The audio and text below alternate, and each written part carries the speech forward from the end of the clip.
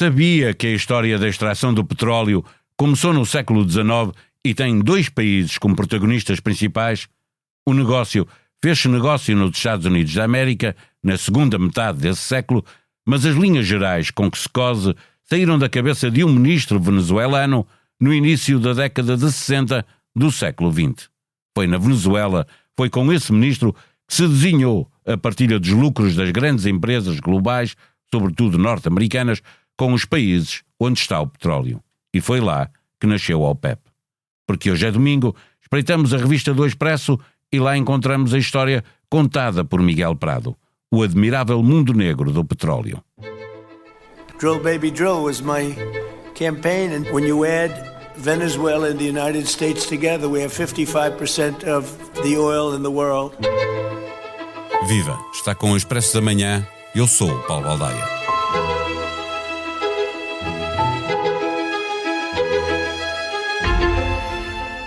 Há mais de século e meio que o mundo se move a petróleo e o uso de combustíveis fósseis permitiu um crescimento exponencial da economia global. Mas também tem parte da responsabilidade pela excessiva emissão de gases com efeito de estufa e pela consequente crise climática. Ainda levará décadas para que o planeta possa funcionar apenas com energia limpa. Para aqui chegarmos, há uma história onde se destacam o Coronel Drake, Rockefeller ou Pérez Alfonso, que chamou ao petróleo o excremento do diabo. Fazem parte desta história, igualmente, as Sete Irmãs, grupo de empresas petrolíferas que dominaram o mercado mundial de petróleo até à década de 1960, altura em que Alfonso fez nascer a OPEP. Exxon, Shell, BP, Mobil, Texaco, Gulf, Chevron funcionavam como um oligopólio que controlava a produção, distribuição e preços. Atualmente, vendem-se por dia 100 milhões de barris, onde cabem 159 litros do precioso ouro negro e que se vendem a um preço que tem andado por estes dias um pouco acima dos $60. Um negócio que vale, portanto, 6 mil milhões de dólares por dia. O nosso imaginário transporta-nos para o Médio Oriente sempre que o tema é petróleo, mas as maiores reservas do mundo estão na Venezuela e no pódio dos produtores só a Arábia Saudita se intromete entre os Estados Unidos e a Rússia. Não tens a sensação que o teu telemóvel ouve as tuas conversas? Sim, às vezes até parece que sabe o que vou jantar. Não se preocupe. A app Caixa Direta Empresas não ouve conversas, mas ouviu as empresas. As suas funcionalidades mais inovadoras são baseadas nas sugestões dos nossos clientes. Pagamentos com fotografia, pesquisa inteligente de movimentos e notificações em tempo real. Esta é a app desenhada com a experiência de quem a usa, feita para quem lidera. Faça o download. Caixa, com o banco certo ao seu lado, a sua empresa cresce. Caixa Geral de Depósitos S.A., registada junto do Banco de Portugal sob o número 35. Viva Miguel Prado. O mundo hoje vive altamente dependente do petróleo. Quando e como é que começou esta história? Olá, Paulo. Esta história começa no século XIX.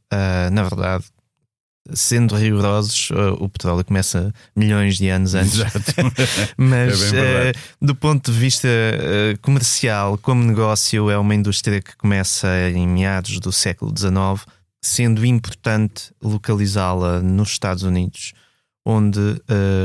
Nessa altura, como agora, os Estados Unidos são muito marcantes sempre, não é? Exatamente. E a indústria petrolífera, como a conhecemos hoje, tem as suas origens nos Estados Unidos, quando as primeiras descobertas de petróleo superficial, portanto, que vinha à superfície na água e nas rochas muito superficiais, nos Estados Unidos, na região da Pensilvânia, levaram alguns produtores a começar a produzir, sobretudo quando se percebeu que havia um potencial do uso do petróleo para produzir querosene para a iluminação. Ou seja, nós hoje ligamos muito o petróleo ao combustível para fazer funcionar motores, não é? Quando pensamos em petróleo, ou pelo menos quando penso em petróleo, penso em gasolina, gasóleo, o que seja, para pôr a funcionar motores.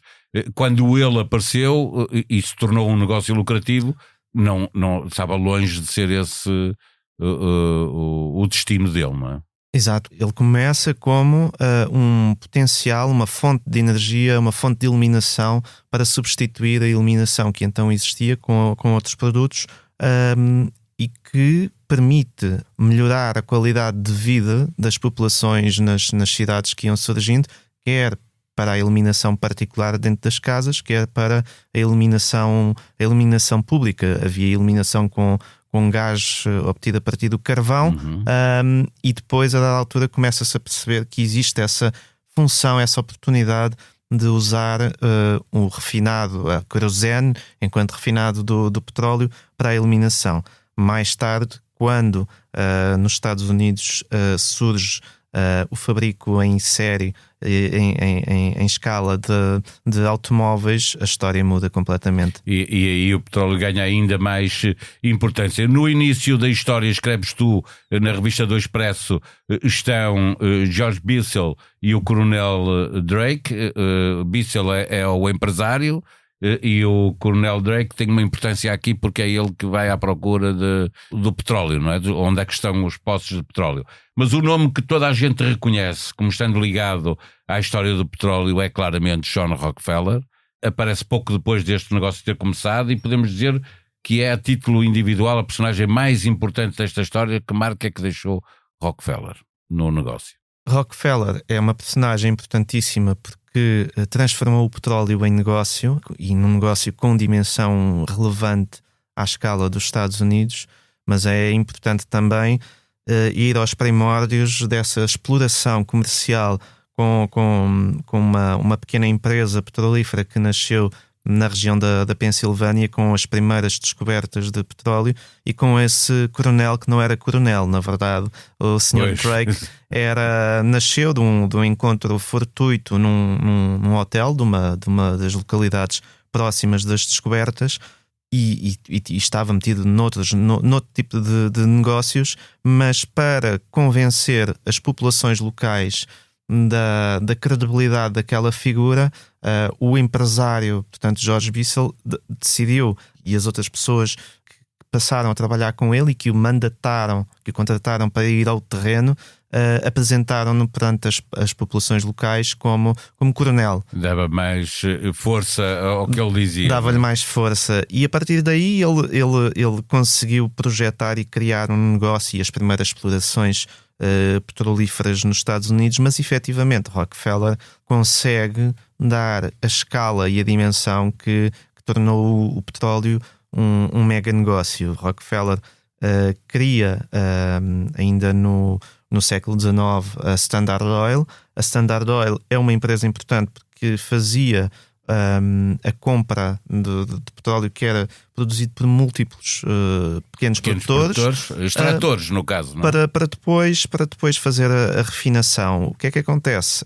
As práticas comerciais da Standard Oil eram ultra agressivas, e acabaram com um processo de monopólio, creio que já no início do século XX. Foi obrigado a separar as empresas, mas ele arranjou maneira depois de dar a volta a isso. Não é mesmo? Sim. Depois a Standard Oil, é importante também lembrar que hoje não existe Standard Oil, mas a Standard Oil depois teve ramificações, e uma das subsidiárias ou das empresas da Standard Oil é o que é hoje a ExxonMobil, que é uma das maiores do mundo, não é? Em Portugal não houve um Rockefeller, houve um Gulbenkian, que era arménio. Como é que ele entra no mundo do petróleo, e quando é que a fundação com o nome dele deixa depois esse mundo do petróleo? Que é mais recente isso. A história de Carlos Gulbenkian é bastante interessante. Ele nasce em 1869, viria a falecer em 1955 em Lisboa. Pelo meio, no final do século XIX, ele forma-se em Engenharia do Petróleo no Reino Unido, no King's College. O pai dele era um importador de petróleo russo em Istambul. É aí que nasce a relação dele com o negócio do petróleo, e ele começa a fazer negócios no final do século XIX, início do século XX, com uma data-chave que acontece no ano 1928, quando ele participa numa divisão de negócios de uma empresa que era então chamada Turkish Petroleum, com uma divisão entre várias multinacionais, uma divisão dos ativos, e dessa operação ele ficou com uma participação de 5%, daí nascendo a referência ao senhor 5%, que foi a base da criação de riqueza que deu origem depois, mais tarde, à Fundação Calouste Gulbenkian, que viria a ter e que continuaria a ter um negócio petrolífero até recentemente, até 2019, salvo erro, quando decidiu vender o negócio aos tailandeses por mais de 500 milhões de euros. Portanto, ele, com uma pequena participação, fez uma fortuna. E a Gulbenkian também. E a Gulbenkian também. Mas além dos dividendos que foram recebendo ao longo do tempo. E é interessante porque neste negócio do petróleo, como temos vindo a ver com outras empresas, incluindo a Galp, não é preciso ter grandes participações para ter um bom negócio.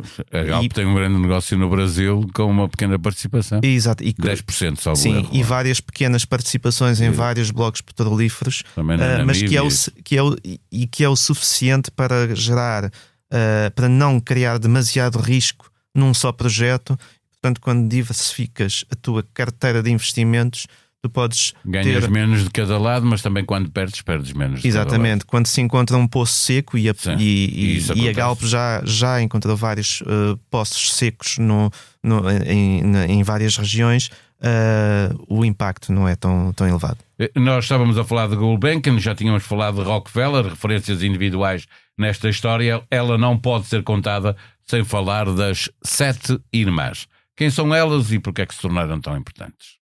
As 7 irmãs eram um grupo de grandes companhias petrolíferas na sua maior parte dos Estados Unidos. Estamos a falar de empresas que hoje, na sua designação atual, como empresas como a BP, a Shell, a Exxon Mobil, Texaco, a Chevron, a Gulf Oil, que na primeira metade do século passado, do século XX, assumiram um peso de tal forma importante no negócio que ditavam as regras do jogo e criaram uma influência sobre o mercado petrolífero global, porque entretanto o consumo de combustíveis estava a crescer, e não era só nos Estados Unidos, não é? À medida que a indústria automóvel se foi expandindo a nível global, essa procura aconteceu em várias regiões e estas empresas tinham uma influência enorme.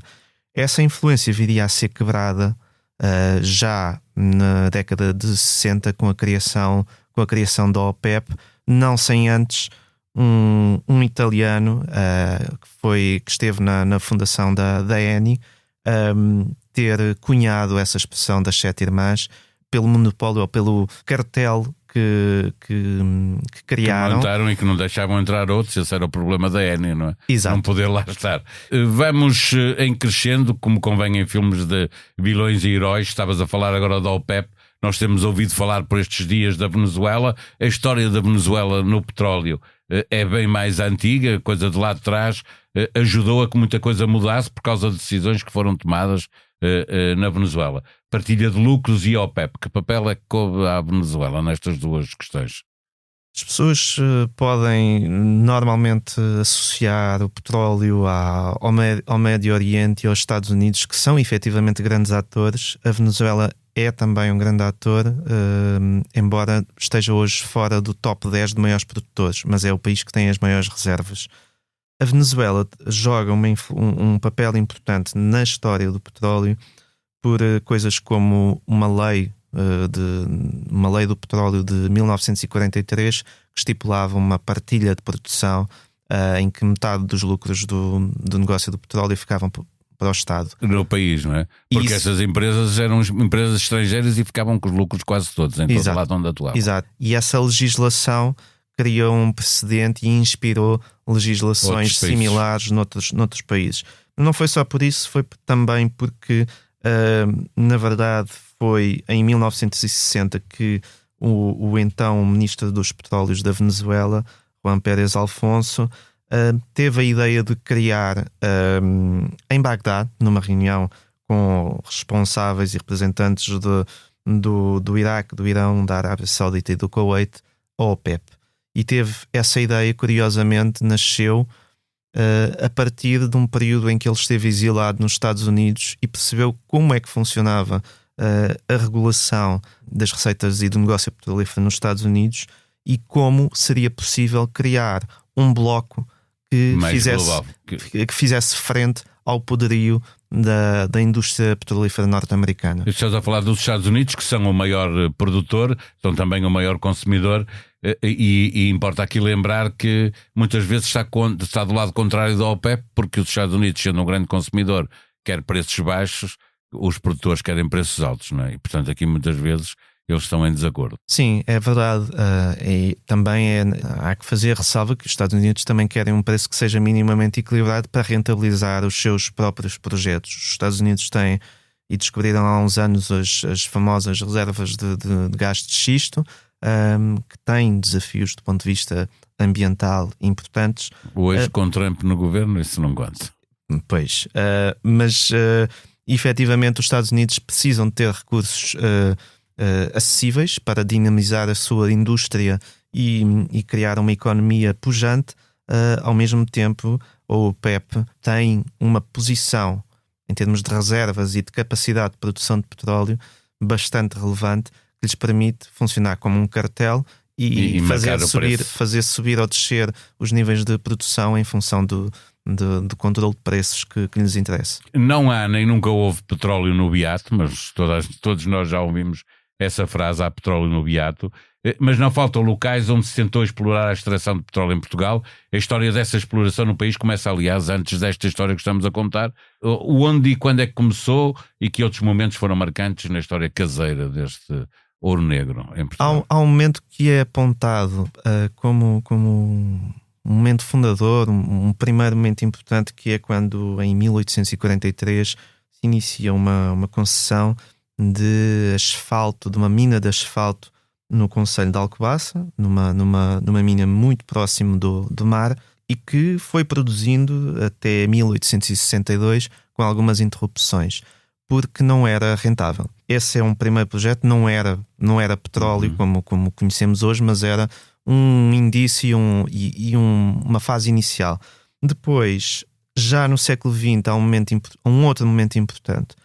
E aí era quando a indústria petrolífera global já estava bem lançada. Em 1936, o Estado português lança uma concessão para a exploração de 24 mil km² no país, que é entregue 2 anos depois a 2 investidores ingleses, que depois transmitem essa concessão, que dá origem às primeiras sondagens em 1940 na região de Torres Vedras. Essa é uma fase de exploração. Há outra que é bastante importante e que é descrita até num livro verde sobre este tema, como a época de ouro da exploração em Portugal, perdão, da prospecção de petróleo em Portugal, que é de 73 a 85, em que participaram gigantes americanos como a Exxon, a Chevron, e em que se foi conseguindo identificar locais e formações geológicas que poderiam eventualmente albergar petróleo. A verdade é que houve extração em projetos de teste. Mas nunca chegou a 1000 litros sequer, não é? Exato. De petróleo, Exato. Que é nada. Mas o petróleo existe, mas até ao momento, ou durante estes anos todos, foi em quantidades e em volumes de tal forma reduzidos que não foi o suficiente para levar as empresas a avançar para as fases de exploração. Tu falas com várias pessoas, com vários especialistas no trabalho que publicas na revista do Expresso deste fim de semana. Algum deles acredita que, feito de outra maneira, isto podia ser um negócio rentável em Portugal? Sim, falei, por exemplo, com o Nuno Ribeiro da Silva, que acha que se devia voltar a fazer prospecção de petróleo. É evidente que quando se olha para as condições geológicas de Portugal e quando se percebe que há muito, muito tempo nós estivemos colados à região do Canadá, onde hoje há a exploração de petróleo, e se alimenta essa expectativa de que, há condições do ponto de vista geológico para a existência de hidrocarbonetos na costa portuguesa. E o Nuno Ribeiro da Silva, enfim, defende que se possa voltar a explorar. Os ambientalistas dirão outra coisa. Os ambientalistas dirão outra coisa, e mais do que isso... Combustíveis fósseis já não... Mas mais do que isso, anos, seria preciso haver interesse real das empresas do setor em voltar a fazer exploração. E a verdade é que os entraves que houve cá em Portugal na última década em relação a este tópico e a promessa de um anterior governo de que não haveria mais petróleo em Portugal, criaram poucas condições para que as gigantes do setor se interessem por voltar a investir largos milhões de euros na prospecção. Podem não ter retorno nenhum. Para fecharmos a nossa conversa, o excremento do diabo, como lhe chamou Pérez Alfonso, de que falavas há pouco, o ministro venezuelano, que teve também a ideia de criar a OPEP, tem sido a riqueza de uns e a desgraça de outros? Sim, acho que é uma leitura acertada. O petróleo é uma fonte de riqueza, mas é uma fonte de riqueza que precisa de ser corretamente distribuída. E se no passado e no presente, aliás, temos bons exemplos de redistribuição, como é o caso da Noruega, também temos exemplos menos bons de não distribuição, de má utilização dos fundos do petróleo. E aquilo que nós... Muitas vezes gera guerras também. E que gera guerras. E aí é que eu acho que entra a parte da desgraça, não é? Quando a exploração de petróleo dá aso a conflitos e à criação de situações de miséria que poderiam não acontecer. Nós vamos continuar a precisar de petróleo durante largos anos, durante largas décadas, na perspectiva de vários especialistas, e o petróleo existe como recurso energético. Ele pode ser aproveitado, deve ainda ser aproveitado, porque há regiões, como até apontava no artigo Francisco Ferreira da Associação Ambientalista Zero, seria injusto privar alguns países que têm petróleo do aproveitamento desse recurso para gerar receita para financiar melhorias de qualidade de vida para as suas populações. Portanto, isso pode continuar a ser feito, deve ser feito já agora, de uma forma melhor. Quantos barris de petróleo são consumidos a nível mundial diariamente? É uma das informações que tens no estamos a consumir no mundo mais de 100 milhões de barris por dia, não é? E continua a crescer.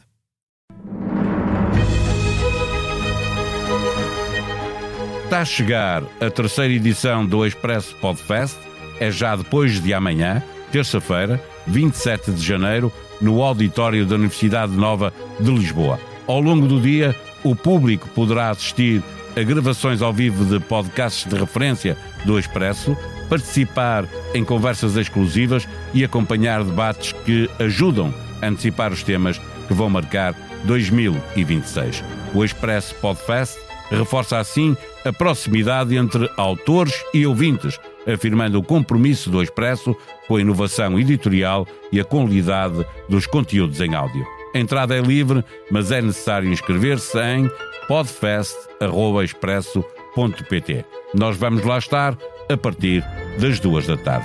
A sonoplastia deste episódio foi de Salomé Rita. Nós vamos voltar amanhã. Até lá, tenham um bom dia.